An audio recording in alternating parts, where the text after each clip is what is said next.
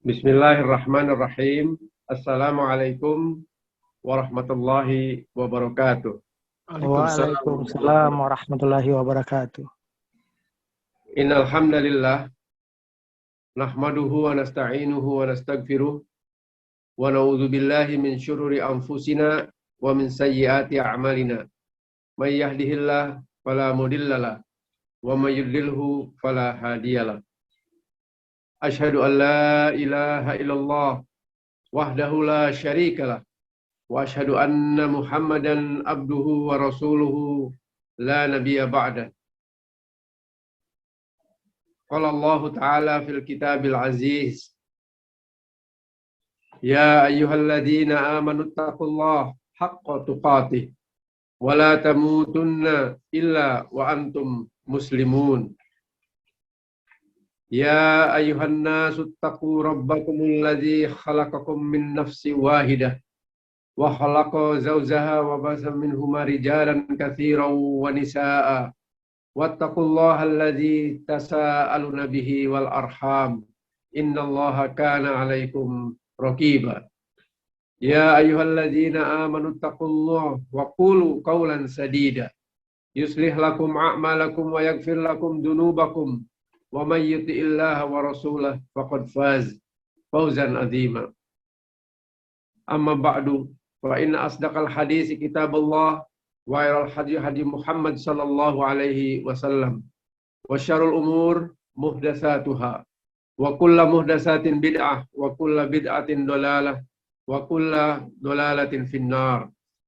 Ayuhan ikhwah, saudara-saudaraku, sahabat-sahabat sentana yang saya cintai karena Allah, alhamdulillah, summa alhamdulillah, segala puji, syukur kita panjatkan kehadirat Allah Subhanahu wa Ta'ala, yang hanya karena izinnya lah dan nikmatnya lah maka pada hari ini kita kembali dipertemukan Allah dalam keadaan sehat walafiat, dalam keadaan nikmat yang luar biasa yang diberikan di hari Jumat yang barokah ini, penghulu segala hari. Teman-teman dan sahabat sentana yang saya cintai karena Allah, sesuai dengan topik kita pada hari ini, insya Allah kita akan coba bahas tempat dia bekerja, ya, dan lain sebagainya, atau orang-orang yang telah memperoleh popularitas, atau orang-orang yang telah dikenal sedemikian rupa, atau orang-orang yang telah mempunyai kekuasaan yang luar biasa. Itulah mungkin dalam tanda kutip yang selama ini, ya, sebagian besar di antara kita menganggap itu adalah sebuah kesuksesan. Dan itu tidak sepenuhnya salah. Tidak sepenuhnya salah. Ya. Namun demikian, ya, sebagaimana yang tadi saya jelaskan atau saya bacakan, Surat Ali Imran, surat ketiga ayat 185. Dan ada beberapa ayat lain nanti saya akan juga sampaikan dalam kajian sore hari ini tentang pemaknaan sukses menurut kriteria yang Allah tetapkan. Allah sebagai pencipta kita, Allah Rabbul Alamin, Allah yang memiliki kita, Allah yang mengatur segala sesuatu yang ada di langit, di bumi, dan di antara keduanya, telah memberikan satu kriteria tentang sukses itu apa. Tadi telah saya jelaskan atau saya bacakan ayatnya, yang artinya, ya, bahwa kita semua makhluk hidup ini, makhluk yang diciptakan Allah ini pasti akan mati. Kullu nafsin dha'iqatul maut. Semua yang berjiwa itu akan mati. Bahkan pengertiannya di sini merasakan mati. Ya. Artinya mati itu ada sakaratul maut, ada sakarat, ada masa yang disebut dengan rasa, ya, untuk menjelang kematian itu. Maka di sini disebutkan semua yang berjiwa itu akan merasakan mati. Allahu Akbar.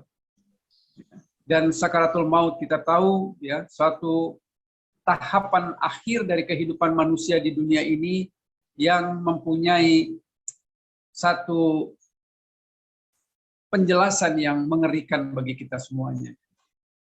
Saat-saat di mana nyawa kita akan dicabut oleh malakul maut, ya, sesuai dengan, ya, waktu yang telah ditetapkan Allah, dan kita tidak akan tahu kapan hal itu akan terjadi dan di mana itu akan terjadi, tapi pasti itu akan terjadi dan kita akan merasakan itu semuanya.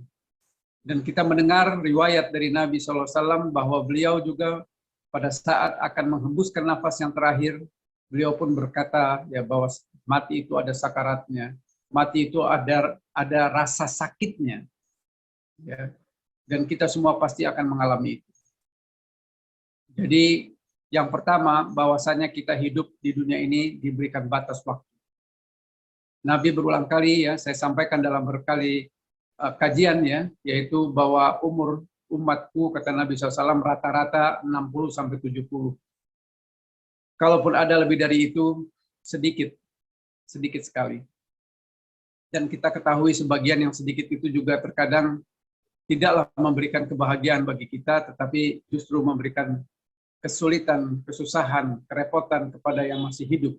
Karena banyak diantaranya kalau sudah berusia lanjut, ya banyak hal yang kita rasakan, yang terutama yang sudah mengalami ya, sebagian besar dari nikmat Allah itu akan dicabut secara perlahan-lahan atau bahkan sekaligus. Ya, sehingga yang ada adalah kita mengalami kehidupan yang terus ya berkurang nikmatnya, ya terutama nikmat-nikmat tubuh kita, fisik kita yang terus menua dan banyak ya dihinggapi penyakit dan sebagainya. Dan akhirnya juga akan mati. Akhirnya akan mati. Kemudian dan sesungguhnya pada hari kiamat sajalah akan disempurnakan pahalamu. Artinya kematian itu sebagai awal dari kehidupan lain yang lebih panjang ceritanya dan menuju kepada keabadian. Dan segala hal yang menjadi perbuatan dan apapun yang kita lakukan selama ada di dunia ini akan diperhitungkan di hari pembalasan. Yaumil Qiyamah, Yaumil Hisab, Yaumil Mahsyar, itu adalah hari pembalasan. Dan segala hal itu akan diadili oleh Yang Maha Adil. Dan di sanalah disempurnakan segala hal yang berkaitan dengan dosa dan pahala itu. Di sanalah keadilan itu yang benar-benar akan ditegakkan. Bukan di dunia ini. Bukan di dunia ini. Maka di sini disebutkan, maka pada hari kiamat sajalah akan disempurnakan balasan. Barang siapa, ini tema kita ya, barang siapa dijauhkan dari neraka dan dimasukkan ke dalam surga, maka itulah hal yang sesungguhnya disebut dengan kesuksesan itu. Itulah yang disebut dengan keberuntungan yang hakiki itu. Dan diakhiri dengan penutup yang dikatakan bahwa sesungguhnya kehidupan dunia itu tidak lain hanyalah kesenangan yang memperdayakan.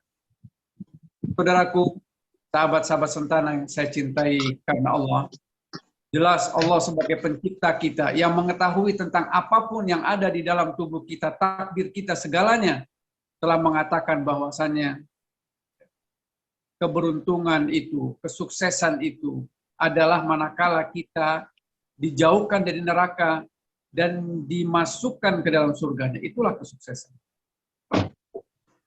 Maka apapun yang tadi di pembukaan saya sampaikan, sebagaimana sebagian besar masyarakat kita mengatakan kesuksesan itu diukur semata-mata dengan kesuksesan materialistik, ya, kebendaan, maka itu menjadi hal yang tidak tepat. Bukan tidak boleh, karena sahabat-sahabat Nabi pun banyak yang kaya raya. Tetapi kekayaan itu bukanlah menjadi tujuan daripada hidup mereka. Justru mereka menjadikan kekayaan itu sebagai alat untuk mencapai tujuan. Lalu apa tujuannya?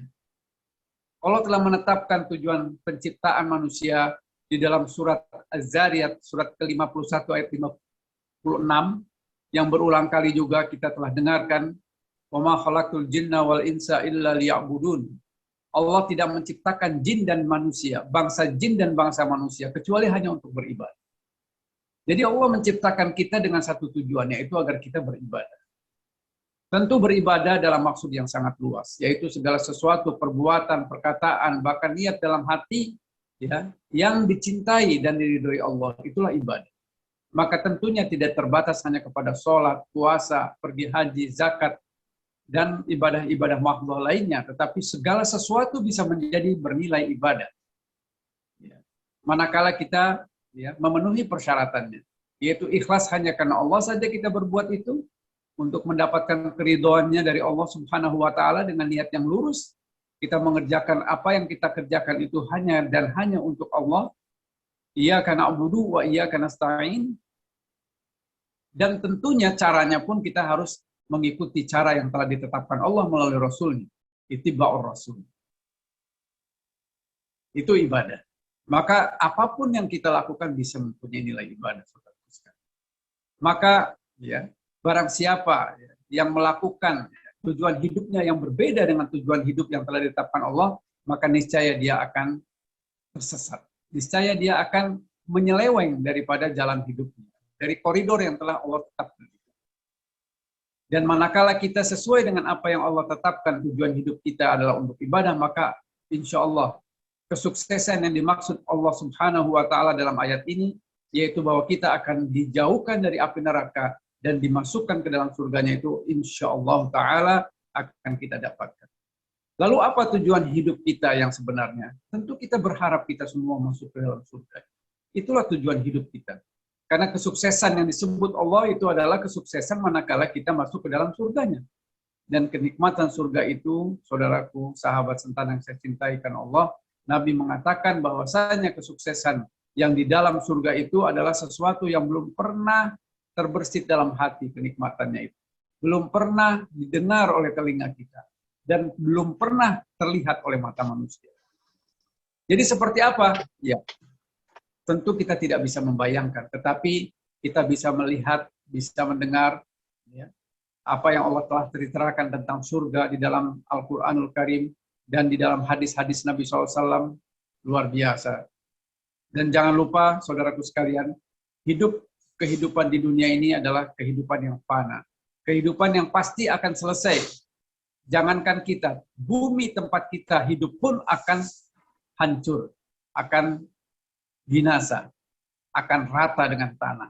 Gedung-gedung yang kita lihat sekarang ini, kendaraan-kendaraan, segala kemewahan yang ada itu akan selesai. Maka kembalilah kita kepada apa yang menjadi kriteria kesuksesan itu yang Allah telah menetapkannya di dalam ayat ini. Dan Allah mengatakan bahwa kehidupan dunia itu tidak lain hanyalah kesenangan yang memperdayakan. Kesenangan yang memperdayakan. Wa ma khalaqtul jinna wal insa illa liya'budun, itu sebagai tujuan hidup, dan wamal hayatud dunya illa mata'ul ghurur. Bahwa sesungguhnya kehidupan di dunia ini hanyalah kesenangan yang memperdayakan. Wamal hayatud dunya illa la'ibun walahun. Kehidupan dunia itu hanya permainan. Sesaat. Dan belum tentu dengan kemewahan yang kita miliki itu kita mendapatkan kebahagiaan yang sesungguhnya. Karena kalau kebahagiaan itu diukur dengan kekayaan, maka seharusnya orang yang kaya raya itu adalah orang yang paling bahagia. Ternyata tidak. Banyak kita saksikan, banyak kita dengarkan bagaimana akhir daripada orang-orang yang kaya raya itu. Banyak di antara mereka yang bunuh diri, banyak di antara mereka yang berkeluh kesah dan tidak tenang hidupnya. Demikian juga halnya kalau kebahagiaan itu diukur dengan kekuasaan. Betapa banyak orang-orang yang sampai puncak daripada kekuasaan. Katakanlah dalam riwayat seperti Fir'aun, seperti Namrud. Kurang berkuasa apa? Bahkan mereka sampai mengatakan dirinya sebagai Tuhan. Itu pun berakhir dengan kebinasaan. Dengan kebinasaan yang mengerikan. Dan banyak umat-umat sebelum umat Nabi SAW di dalam Al-Quran. Kaum Ad, kaum Samud, dan sebagainya. Kaum Lut. Itu luar biasa mereka. Dan bagaimana akhir dari cerita mereka. Demikian juga halnya kalau kebahagiaan itu diukur dengan yang disebut dengan popularitas, yang disebut dengan kepangkatan dan sebagainya, maka tentu kita akan melihat harusnya orang-orang yang mempunyai kedudukan popularitas yang tinggi, mereka harusnya bahagia, tapi belum tentu. Banyak di antara mereka juga berakhir dengan kebinasaan yang mengerikan. Dan yang paling jelas, mereka tidak merasakan tenang di dalam hidupnya. Kenapa? Allah telah mengatakan dalam surat Toha, surat 20 ayat 124, bahwa barang siapa yang berpaling dari jalan Allah, maka dipastikan hidupnya akan sempit. Dipastikan hidupnya akan tidak bahagia. Dipastikan hidupnya akan gelisah. Meskipun secara kasat mata kita manusia melihat seolah-olah mereka ya mendapatkan suatu kebahagiaan, kesenangan dan sebagainya. Tapi kita harus yakin sebagai seorang yang muslim, mukmin, kita harus yakin apa yang Allah katakan. Karena perkataan Allah itu adalah perkataan yang paling dapat dipercaya dan tidak mungkin Allah itu akan ingkar dengan apa yang dikatakannya. Dan itu bagian daripada keimanan. Dan rukun iman yang pertama adalah kita yakin, percaya kepada Allah. Maka kalau Allah sudah mengatakan itu pasti. Maka kehidupan yang sukses itu adalah kalau kita masuk ke dalam surga. Itulah kehidupan yang seharusnya kita senantiasa cita-citakan dalam hidup kita. Dan keabadian yang akan kita dapat. Kehidupan dunia sesukses apapun kita dalam ukuran manusia tidak abadi. Kita akan kembali. Inna lillahi wa inna ilaihi raji'un. Kita milik Allah dan kita akan kembali. Apa yang dimiliki Allah? Semuanya. Semuanya. Apakah itu pangkat, jabatan, kedudukan, kekayaan, popularitas, bahkan nyawa kita pun milik Allah. Maka jadikanlah inna lillahi itu sebagai konsep hidup. Kita yakinkan dalam diri kita bahwa sesungguhnya kita ini hanya milik Allah. Segala yang kita pegang, kemelekatan yang ada dalam diri kita ini adalah titipan Allah. Jadi tidak pernahlah seharusnya melekat dalam seorang mukmin itu bahwa harta kita itu adalah segalanya bagi kehidupan kita. Jadikanlah dia sebagai alat untuk mencapai tujuan, yaitu surga, jannatul ma'in. Saudaraku yang saya cintai karena Allah. Kemudian masalah kematian ini, kita lihat dalam surat An-Nisa ayat 78. Di mana saja kamu berada, kematian pasti akan mendapatkan kamu.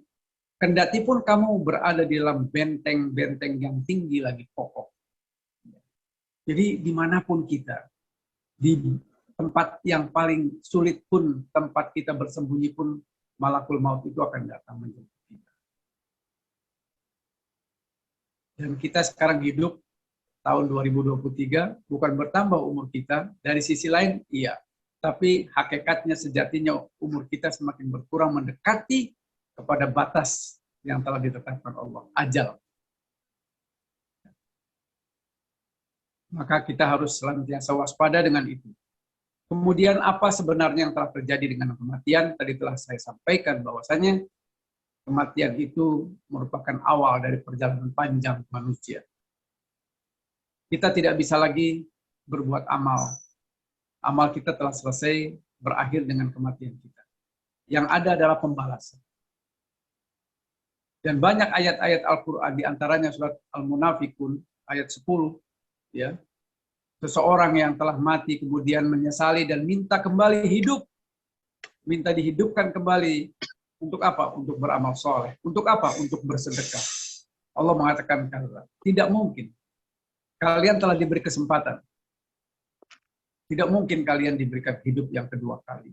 Maka saya menghimbau dan introspeksi pada diri saya pribadi dan juga keluarga, jangan sia-siakan kesempatan yang Allah berikan selagi kita hidup untuk terus beramal saleh, untuk membawa amal kita. Karena 3 yang Nabi katakan pada saat kita meninggal mengikuti kita sampai masuk ke dalam liang lahat, tetapi yang 2 kembali dan yang 1 akan menemani kita.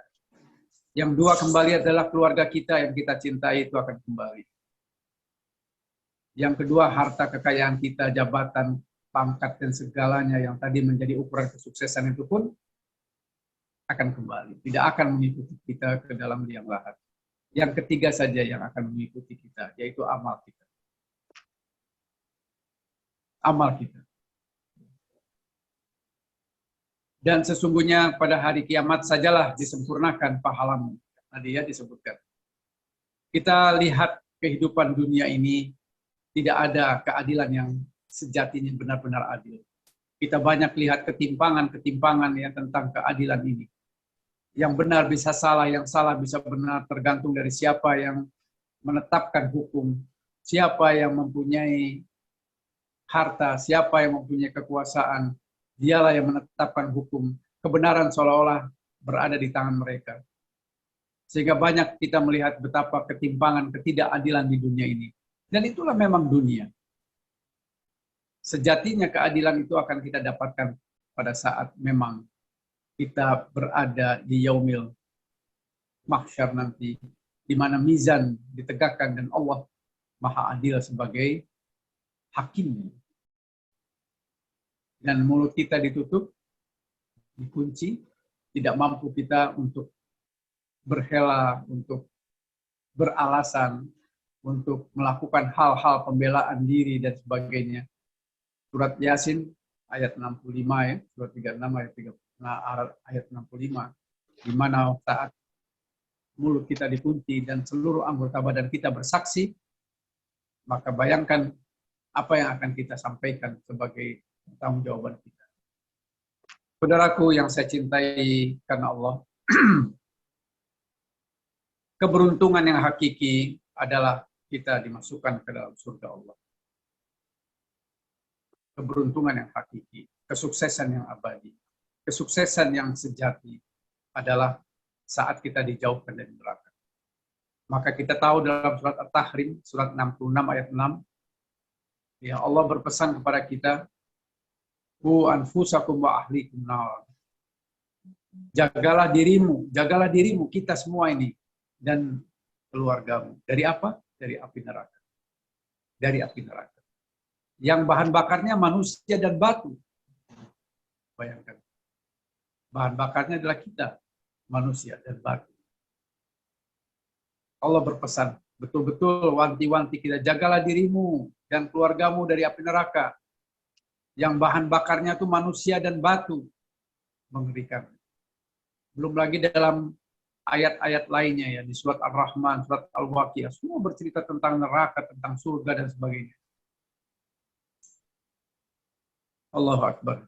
Maka marilah kita saling mengingatkan ya, bahwa kehidupan di dunia ini benar-benar merupakan tempat yang Allah berikan kesempatan untuk melakukan pilihan atas perbuatan. Allah memberikan kebebasan kita untuk memilih. Apakah kita akan melakukan hal-hal yang sifatnya menjurus kepada neraka atau hal-hal yang sifatnya menuju kepada surga, itu terpulang kepada kita. Dan kita dibekali Allah akal. Kita dibekali Allah hati. Kita dibekali Allah mata, telinga, panca indera. Dan yang paling utama kita dibekali Allah adalah agama Islam. Agama Islam ini. Maka Allah berfirman dalam surat Al-Maidah surat 5 ayat 3, "Al-yauma akmaltu lakum dinakum wa atmamtu alaikum ni'mati wa raditu lakumul Islam dinan." Allahu Akbar. Agama ini sudah sempurna. Saudaraku, sahabat sentana yang saya cintai, sudah sempurna. Tidak perlu ditambah, tidak perlu dikurangi, sudah sempurna. Dan tidak ada nabi setelah Nabi Muhammad SAW. Karena Nabi Muhammad adalah penutup para nabi. Dan telah sempurna agama ini menjadi pedoman hidup manusia. Dan Allah mengatakan agama ini adalah sebagai nikmat. Nikmat yang terbesar bagi kita sekalian. Yang kalau tidak ada agama ini, atau belum sempurnanya agama ini, maka niscaya kita berada dalam kegelapan. Karena agama ini adalah yang mengeluarkan kita minad dzulumati ilan nur, mengeluarkan kita dari kegelapan kepada cahaya yang terang benderang. Nabi mengatakan, tidaklah aku mati kecuali aku telah tinggalkan segala hal yang berkaitan dengan jalan menuju neraka ataupun jalan menuju surga, telah aku sampaikan kepada kalian. Ya, Nabi pun telah mengatakan dalam satu hadisnya, "Man amila laisa alaihi amrun fahuwa raddun." Barang siapa yang beramal yang tidak sesuai dengan apa yang aku perintahkan atau aku contohkan, maka amalan itu akan tertolak. Maka tentunya Nabi SAW telah sempurna menyampaikan segala hal yang berkaitan dengan hidup dan kehidupan, dan telah dipraktekkan oleh para sahabatnya radhiyallahu anhum.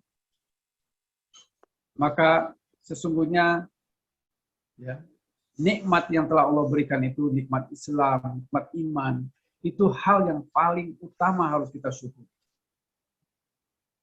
Maka mengingat Allah dengan mengingat nikmat-nikmat itu akan mendatangkan ketenangan dan kebahagiaan itu adanya di dalam hati kita. Manakala kita tenang dalam hidup kita, insya Allah kebahagiaan itu juga akan menyertai kita. Ala bizikrillahi tatma'innul qulub, surat 13, surat Al-Ra'd ayat ke-28. Siapa yang selalu mengingat kepada Allah, mensyukuri nikmat Allah, senantiasa merasa cukup dengan apa yang Allah berikan, maka dia akan mendapatkan ketenangan. Sebaliknya, manakala dia berpaling dari segala apa yang Allah berikan, tidak mensyukuri, bahkan mengkufuri nikmat Allah, maka hidupnya akan sempit. Hidupnya tidak akan bahagia, hidupnya akan senantiasa gelisah. Meskipun manusia melihatnya secara kasat mata seolah-olah dia mendapatkan kebahagiaan karena dengan ukuran harta, ukuran kedudukan, ukuran popularitas, kepandaian yang luar biasa, dan seterusnya dan seterusnya. Tidak menjamin, saudara. Kita melihat banyak orang-orang yang jauh ya, tidak berpunya atau jauh dari keberuntungan yang menurut ukuran manusia mereka miskin, tetapi mereka sesungguhnya mendapatkan kebahagiaan. Mendapatkan kebahagiaan. Karena kebahagiaan itu diukur dari takwa dia, ketenangan dia, kedekatan dia dengan Allah. Dan kita tahu ya, di dalam surat Al-Fajr itu ya, surat keberapa itu 89 kalau nggak salah, ayat 27 kalau saya nggak keliru juga. Ya ayyatuhan nafsul mutmainnah irji'i ila rabbiki radiyatan mardiyah fadkhuli fi ibadi wadkhuli jannati. Siapa yang dipanggil Allah untuk masuk ke dalam surganya? Ya ayyatuhan nafsul mutmainnah. Wahai jiwa-jiwa yang tenang. Jiwa yang tenang. Irji'i ila rabbiki radiyatan mardiyah. Marilah masuk dan mendapatkan kebebasan. Wadkhuli fi ibadi wadkhuli jannati. Jadilah hamba-hambaku yang masuk ke dalam surga. Allahu Akbar. Jadi kembali kepada kriteria hidup yang sukses. Pada hakikatnya jangan sampai kita salah dalam memaknai kesuksesan itu hanya dengan ukuran-ukuran kebendaan. Kemelekatan itu yang menjadikan kita gelisah. Kemelekatan benda di dalam hidup kita itulah yang membuat kita senantiasa disibukkan dengan waktu yang sesungguhnya seharusnya waktu itu lebih banyak kita utamakan untuk ibadah. Orientasi hidup harus jelas. Surat Al-Qasas ya. Surat Al-Qasas, surat ke-28 ayat 77, Allah mengatakan bahwa orientasi hidup itu harus kepada akhirat. Adapun dunia itu jangan ditinggalkan atau jangan dilupakan, itu saja. Tapi kita hidup itu untuk mencapai tujuan akhirat, yaitu surga. Kehidupan dunia sekedar tidak dilupakan. Jangan dibalik. Manakala dibalik, maka kita akan lihat di dalam surat 17, ya, surat Al-Isra ayat 18 dan 19. Saya bacakan ayat. Ya. Kalau kita salah orientasi, maka apa yang akan kita dapatkan? Ya, surat 17 saya bacakan dulu. Ya. Surat Al-Isra ayat ke-18. Nah, ini dia. Barang siapa menghendaki kehidupan dunia sekarang ini, kami akan segerakan baginya untuk didapatkan seperti apa yang dikehendakinya. Kemudian kami sediakan baginya di akhirat kelak neraka jahanam. Dia akan memasukinya dalam keadaan tercela dan terusir. Sebaliknya, ya, dalam ayat ke-19-nya, barang siapa menghendaki kehidupan akhirat dan berusaha ke arah itu dengan sungguh-sungguh, dan dia dalam keadaan beriman, maka itulah orang yang akan dibalas dengan baik. Itulah kehidupan yang beruntung. Itulah kesuksesan. Jadi jangan sampai kita salah keliru orientasi dalam hidup. Jangan sampai keliru. Orientasi kita adalah akhirat. Dan jangan lupa kampung halaman kita itu adalah surga. Nabi Adam alaihissalam, bapak kita semuanya itu, awal mulanya diciptakan Allah di dalam surga. Dan kita berharap kita dapat pulang kampung. Karena kehidupan di dunia ini hanya sesaat, seperti kata Nabi SAW, orang yang sedang bepergian, ya, kemudian pasti dia akan kembali.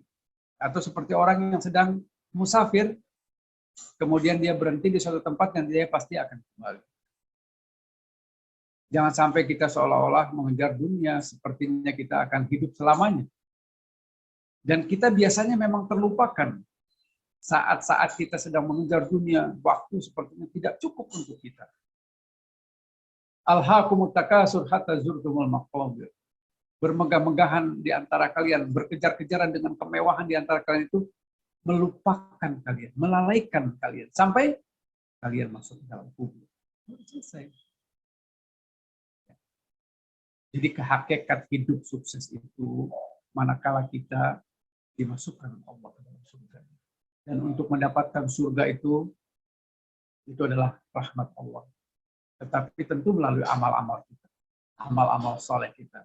Dan senantiasa jangan sampai kita lupa terus berdoa minta agar dimasukkan ke dalam surga. Dan Nabi mengajarkan kita minta surga yang paling tinggi, yaitu surga Firdaus.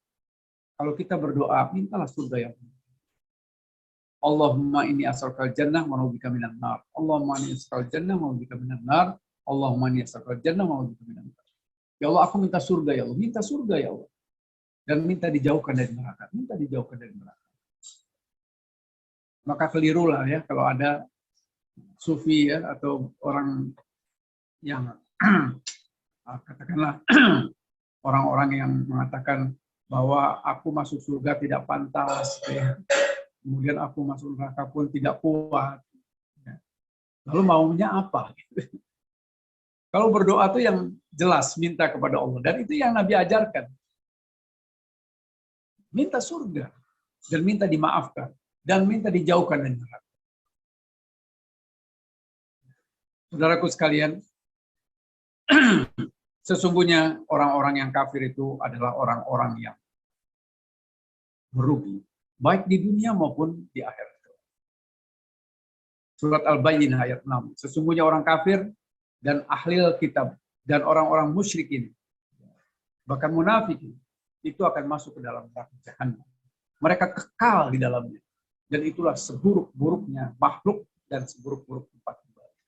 Jadi saudaraku sekalian, jangan kita sekali-kali ya tergoda. Ya, sepertinya kita melihat mereka yang bergelimang ya, dengan kemewahan, bergelimang dengan segala kekayaan dan luar biasa di dunia ini. Lalu kita menjadikan itu sebagai benchmarking kita, sebagai rujukan kita. Itulah sukses, itulah sukses. Allah yang mengatakan bahwasanya orang-orang yang kafir, ahlul kitab, musyrikin, munafikin itu akan ditempatkan di dalam nerakanya dan akan kekal di dalam khalidina fiha abada. Masa itu yang menjadi rujukan kita? Masa kita ingin bersama mereka? Waliyahudillah. Tidak. Dan jangan khawatir, kebahagiaan itu tidak diukur dengan yang tadi saya sebutkan. Tapi diukur itu dengan kalau kita merasa tenang dalam hidup, kita merasa dekat dengan Allah, kita seolah-olah memang sudah, kita lihat, dengar cerita bahwa Nabi SAW bersama para sahabatnya, luar biasa.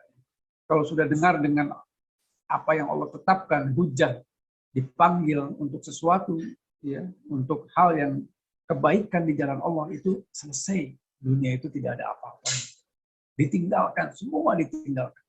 Kita ingat Abu Bakar pada waktu perang Tabuk, seluruh hartanya dia sampaikan, hartanya, bahkan ditanya apa yang tersisa. Yang tersisa adalah Allah dan Rasul. Allah.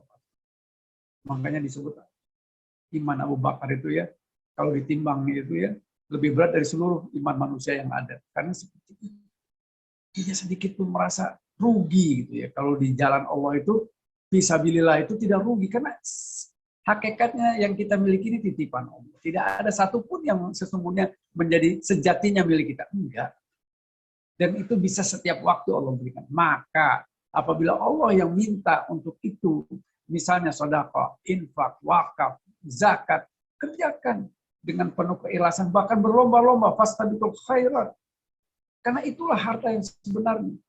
Mali, seseorang berkata berdoa, hartaku, hartaku, kata Nabi, hartamu itu 3.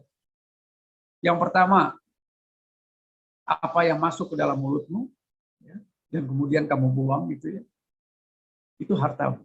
Kemudian apa yang kamu pakai, kendaraan, ya, kemudian rumah dan sebagainya itu, ya. Artinya pakaian kita dalam pengertian yang lebih luas, itu pun akan selesai. Akan menjadi usang dan akan rusak dan akan selesai. Itu hartamu. Dan yang ketiga, apa yang kamu sedekahkan di jalan Allah, apa yang kamu infakkan di jalan, itulah hartamu yang sebenarnya. Jadi kita bermewah-mewahan di yang 2 ini sebelumnya, ya, kekayaan kita, harta tidak kita sedekahkan, kita tidak infakkan dan sebagainya. Ya. Itu akan selesai itu di dunia ini, selesai. Tidak mempunyai manfaat kita di akhirat kelak. Tapi yang kita infakkan, kita sedekahkan di jalan Allah itu, itulah harta kita yang sebenarnya. Maka sahabat itu berlomba-lomba. Bahkan begitu turun ya, begitu turun ayat yang mengatakan belum beriman seseorang sampai dia ya menyedekahkan, menginfakkan apa yang paling dia cintai, maka kalau saya nggak salah Tolha atau Abu Darda itu saya lupa ya, itu menginfakkan yang paling dia cintai itu tanah perkebunan yang paling dekat dengan Masjid Nabawi yang harganya mahal sekali. Itu dengan begitu saja, begitu turun ayat itu lalu otomatis itulah di mana iman sudah melekat dalam dada, maka harta kekayaan itu adanya di tangan, bukan di dalam hati kita. Sehingga dengan mudah saja. Dan itulah yang akan mendapatkan kesuksesan yang sebenarnya. Dia di dunia merasa tenang hidupnya. Dan di akhirat akan mendapatkan balasan yang berlipat. Dan yang jelas dia akan dijanjikan oleh surga. Jannatul Na'im, surga. Yang di dalamnya tidak bisa kita bayangkan, tidak bisa kita gambarkan. Karena Nabi SAW pernah mengatakan bahwa nikmat yang kita dapatkan di muka bumi ini, yang ada di dunia ini, hanya 1 dari 100 nikmat yang telah Allah janjikan akan diberikan kepada makhluk. 1 saja yang kita perebutkan dengan sekian miliar orang. Dan 99 ayat kenikmatan itu akan kita dapatkan nanti di akhirat kelak. Bayangkan, nggak bisa kita bayangkan. 1 aja yang kita perebutkan dengan banyak orang itu udah kita syukuri kalau kita dapat dengan ini. Bayangkan yang 99 lagi nanti kita dapatkan di akhirat Allah. Dan itu masih kurang. Ya. Semua orang sudah masuk surga, semua orang sudah masuk neraka, lalu Allah mengatakan lagi, apakah aku telah udah tepati janjiku? Iya ya Allah, telah engkau tepati. Maukah aku berikan tambahan? Apalagi ya Allah? Apalagi? Surga ini sudah luar biasa kalau Allah menampakkan, membuka hijabnya dan Allah menampakkan wajah. Dan itulah kenikmatan yang luar biasa. Kenikmatan surga terkalahkan dengan melihat wajah Allah Akbar. Apakah kita tidak tergoda ya? Tidak ada giroh kita untuk sampai ke sana. Dunia sebentar. La ibun walakum. Innamal mata'u dunia illa la ibun walakum. Illa mata'u. Semuanya hanya permainan tipu daya yang menyesatkan. Dan kita pasti akan tinggalkan. Barakallahu fikum. Mohon maaf apabila ada kekeliruan. Silakan untuk dipandu diskusi soal jawab. Silakan. Mas Samsul. Baik Pak Ustadz, terima kasih sebelumnya atas materi yang disampaikan. Apabila ada pertanyaan dari Bapak dan Ibu sekalian bisa disampaikan melalui Pak Ustadz atau melalui chat secara ya, silakan teman-teman. Silakan ya. Waktunya masih sekitar 10 menitan lah, lebih kali ya. Dimanfaatkan untuk soal jawab.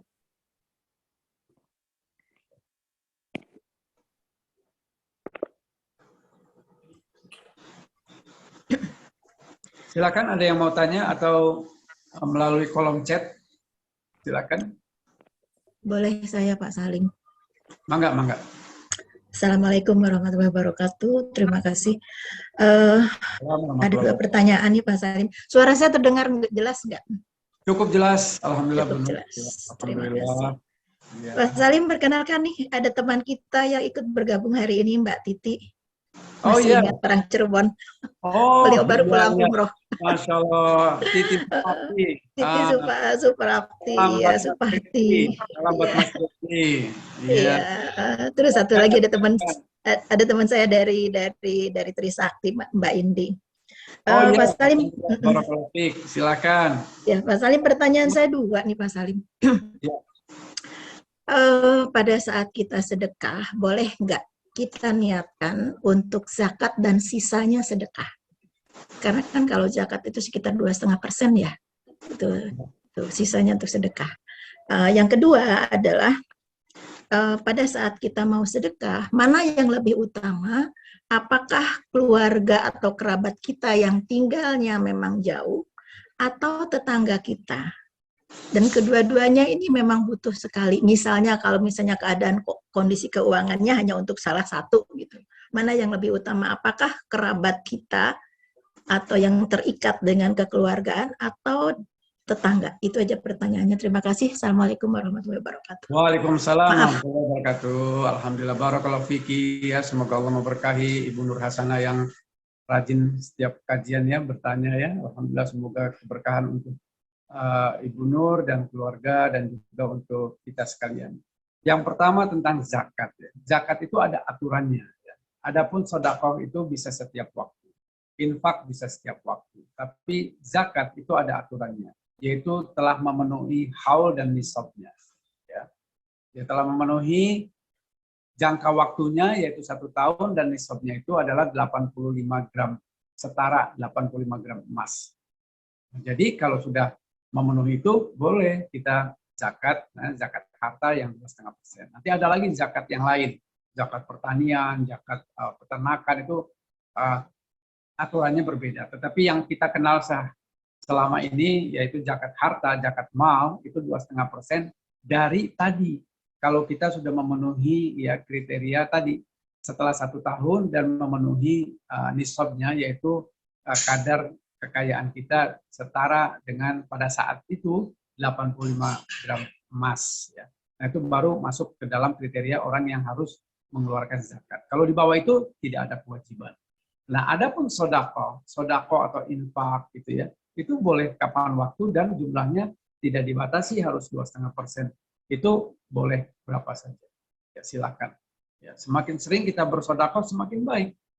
Bahkan Allah menjanjikan dalam surat Al-Baqarah 261, ya, barang siapa yang berinfak di jalan Allah dengan ikhlas ya, sesuai dengan petunjuk Nabi SAW, maka akan dibalas itu, ya.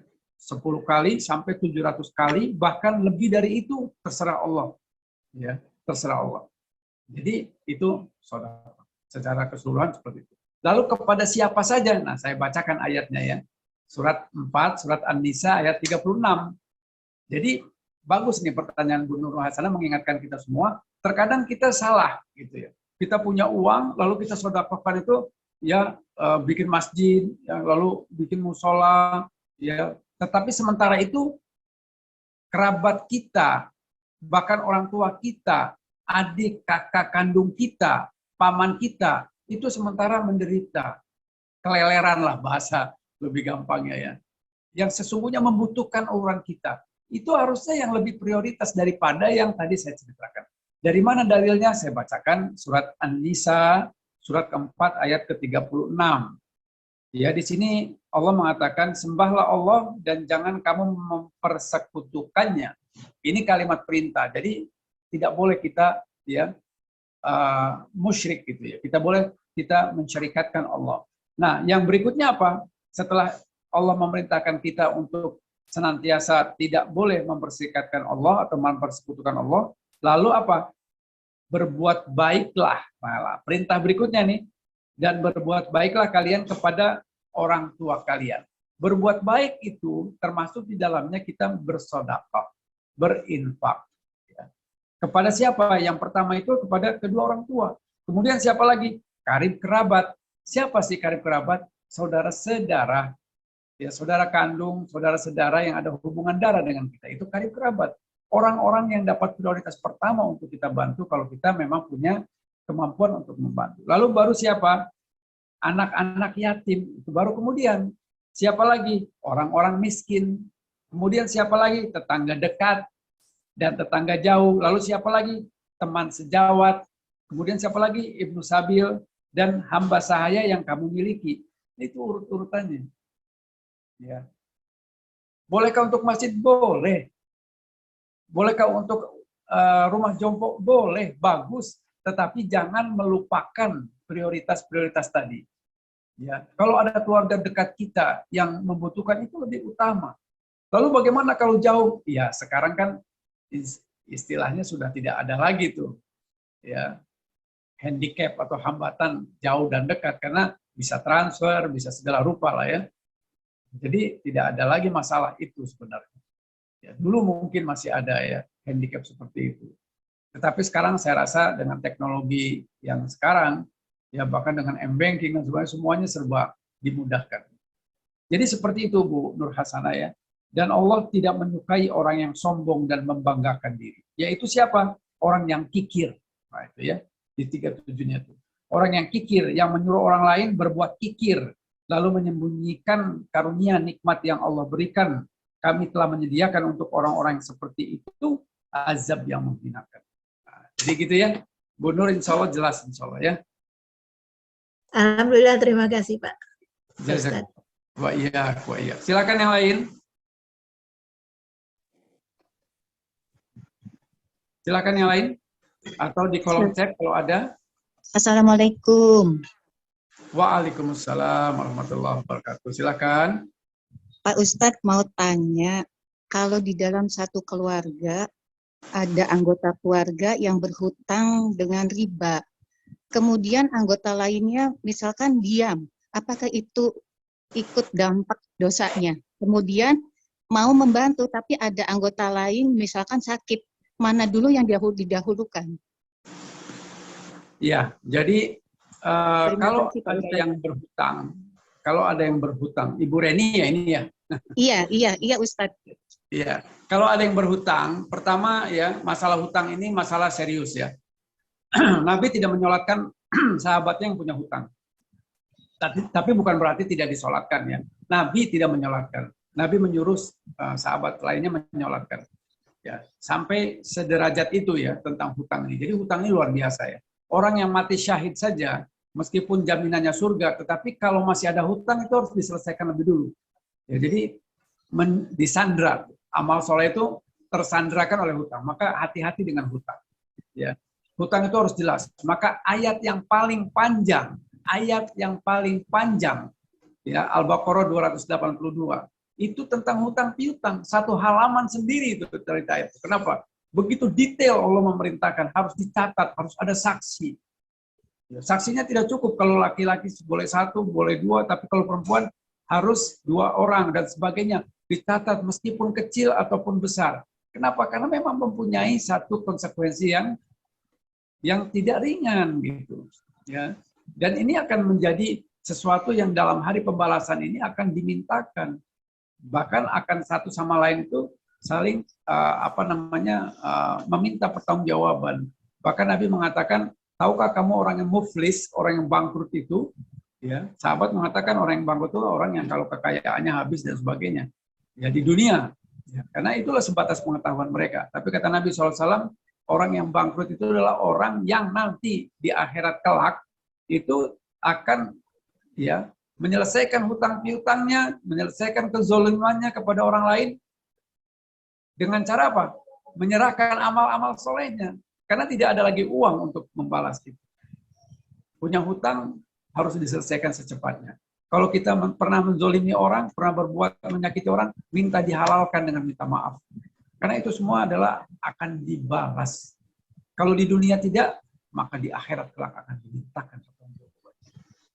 Nah, lalu siapa yang akan menyelesaikan kalau orang itu sudah meninggal? Ya tentu yang paling pertama, harta kekayaannya orang yang meninggal itu yang harus dia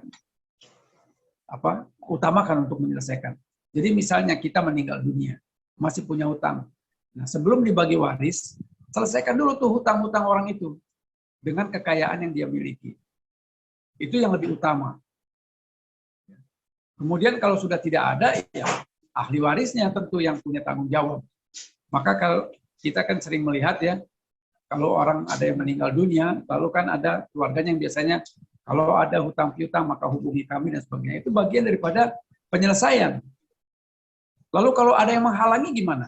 Nah, itu dia. Barang siapa menghalangi suatu kebaikan, ya Allah mengatakan melalui nabinya SAW, barang siapa membantu orang lain maka Allah akan membantu. Ya. Barang siapa yang menutup aib orang lain maka dia akan ditutup aib. Barang siapa yang mempersulit orang lain Allah juga akan mempersulit dirinya.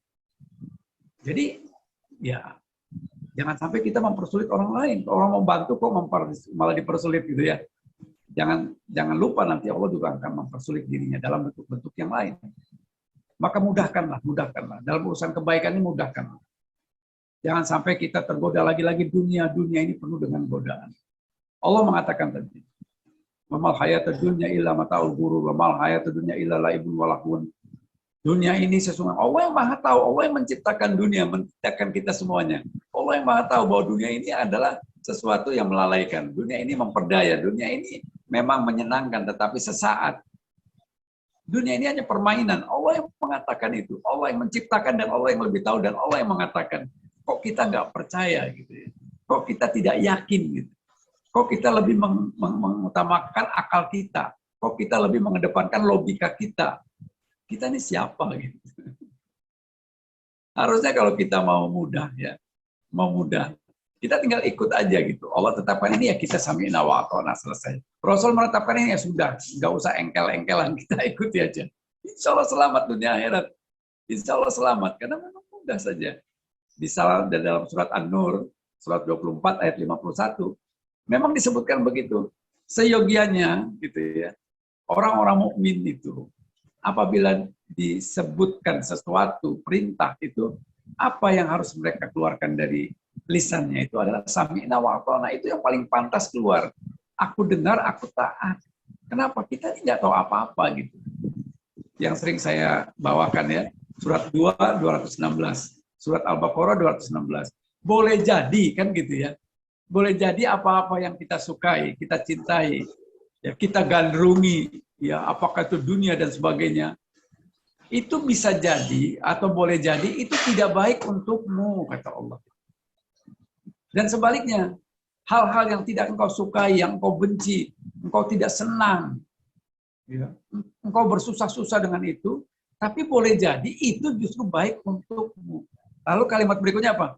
Aku maha tahu, aku paling tahu, aku yang menciptakan kamu, aku yang lebih tahu. Dan kalian nggak tahu apa-apa, kata Allah. Maka kita jangan sok tahu. Gitu ya.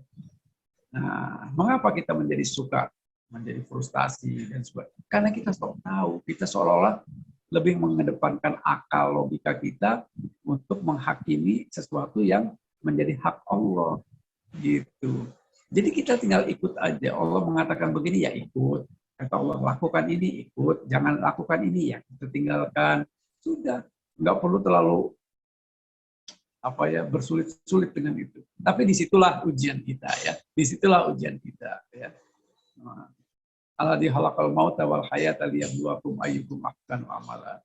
Allah mengatakan dalam surat Al-Mulk surat 67 ayat 2, kujadikan hidup dan manusia itu untuk apa? Untuk aku uji. Siapa yang paling baik? Demikian ya. Nah, ini ada yang masuk nih dari Ibu Titi. Terima kasih Pak Ustadz. Ya, Reni, terima kasih. Ini dari Ibu Titi mau tanya masih terkait dengan hutang. Apakah boleh kita mengikhlaskan hutangnya sudah cukup lama, sementara yang punya hutang masih hidup? Terima kasih Ustaz. Ini sebuah hal yang baik, sangat baik. Bu Titi ya, saya bacakan ayatnya ya. Surat Al-Baqarah ayat 280. Alhamdulillah.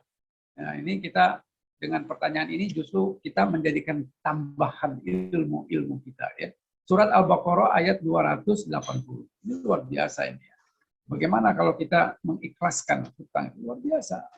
Di sini disebutkan, saya bacakan ayatnya ya. 280. Oke. Dan jika orang yang berhutang itu dalam kesulitan, ya, dan jika orang yang berhutang itu dalam kesulitan, maka berilah tangguh, ya, berilah tangguh atau tenggang waktu sampai dia memperoleh kelapangan. Artinya kalau ada orang yang berhutang, dia belum bisa bayar pada waktu yang telah dijanjikan, dengan alasan yang bisa kita terima, kita berikan tangguh. Ya. Artinya, oke, silakan kita berikan tenggang waktu. Nah, kemudian berikutnya nih. Dan jika kamu menyedekahkannya, jika kamu mengikhlaskannya, jika kamu memberikan satu kelapangan yang lebih, kamu nggak usah bayar lagi. Ya. Maka itu jauh lebih baik bagimu jika kamu mengetahui. Nah, ya. Jadi, Mbak Titi ya, Bu Titi, maka kalau kita mengikhlaskan itu sesuatu yang luar biasa. Dan dalam satu hadis Nabi yang lain, saya lupa riwayatnya, tapi insya Allah sahih, barang siapa yang memberikan ya kelapangan untuk orang yang berhutang itu, karena memang dia tidak mampu diberikan tenggang waktu, maka selama tenggang waktu itu dia mendapatkan pahala sebesar hutang yang sebesar piutang yang diutangkan kepada orang itu. Misalnya orang itu utang 25 juta rupiah, gitu ya. Lalu kita berikan tenggang waktu, misalnya 30 hari. Setiap harinya kita mendapatkan sejumlah itu. Dan kalau kita sedekahkan, kita ikhlaskan, maka sepanjang umur kita akan mendapatkan pahala sebesar yang kita sedekahkan. Allahu Akbar. Maka jangan kikir. Tadi saya sudah jelaskan. Jangan kita terjatuh dalam surat An-Nisa 37 menjadi orang-orang yang kikir, pelit. Seolah-olah dunia itu akan dibawa. Tidak. Justru banyak kebaikan yang bisa kita lakukan dengan harta kita. Kayak tadi, ya, Bu Titi mengatakan kita ikhlaskan Allahu Akbar. Itu kebaikan yang luar biasa. Kita akan mendapatkan pahala yang terus-menerus mengalir. Dan orang yang kita ikhlaskan itu pun akan senang. Akan senang. Dan dia akan bersyukur dan dia akan mendoakan kita. Insya Allah. Demikiannya, silakan. Kalau masih ada, kalau tidak, ya saya kembalikan kepada host ya, kepada pemandu jalannya diskusi, moderator. Saya persilakan. Ya, baik Pak. Terima kasih atas jawaban-jawabannya. Semoga bisa menjawab dari teman-teman yang menanyakan. Mungkin saya simpulkan ya Pak untuk materi yang tadi disampaikan Bapak. Mungkin ada 3 poin. 1, hidup di dunia ini memiliki batas waktu. Kita bisa gunakan sebaik mungkin agar kita bisa mendapatkan ridho dan sukses dari Allah Subhanahu wa taala. Yang kedua, apapun yang kita lakukan sesuai dengan pedoman dan ketentuan dari Allah Subhanahu wa taala, itulah yang dinamakan ibadah.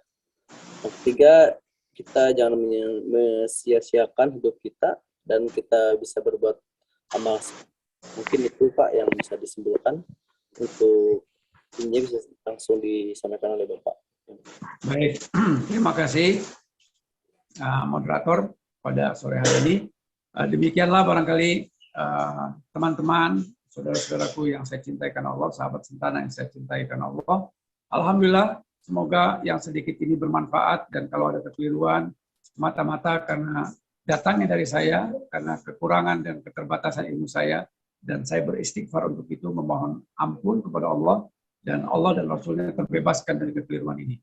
Dan semoga ilmu ini benar-benar bermanfaat, khususnya bagi saya dan keluarga, untuk kita amalkan. Ya, karena segala sesuatunya itu diukur dari amalnya. Maka marilah kita berdoa, Allahumma inni as'aluka ilman nafi'an wa rizqan thayyiban wa amalan mutaqabbalan. Ya Allah, jadikanlah ilmu ini ilmu yang bermanfaat. Ya. Berikanlah rezeki yang thayyibah dan jadikanlah amalan kami ini amalan yang diterima. Demikian saja. Subhanakallahumma wa bihamdik asyhadu an la ilaha illa anta astaghfiruka wa atubu ilaik. Insyaallah kita ketemu lagi ya pekan depan dalam keadaan sehat walafiat. Barakallahu fikum. Semoga Allah memberkati. Assalamualaikum warahmatullahi wabarakatuh. Waalaikumsalam warahmatullahi Terima kasih. Assalamualaikum.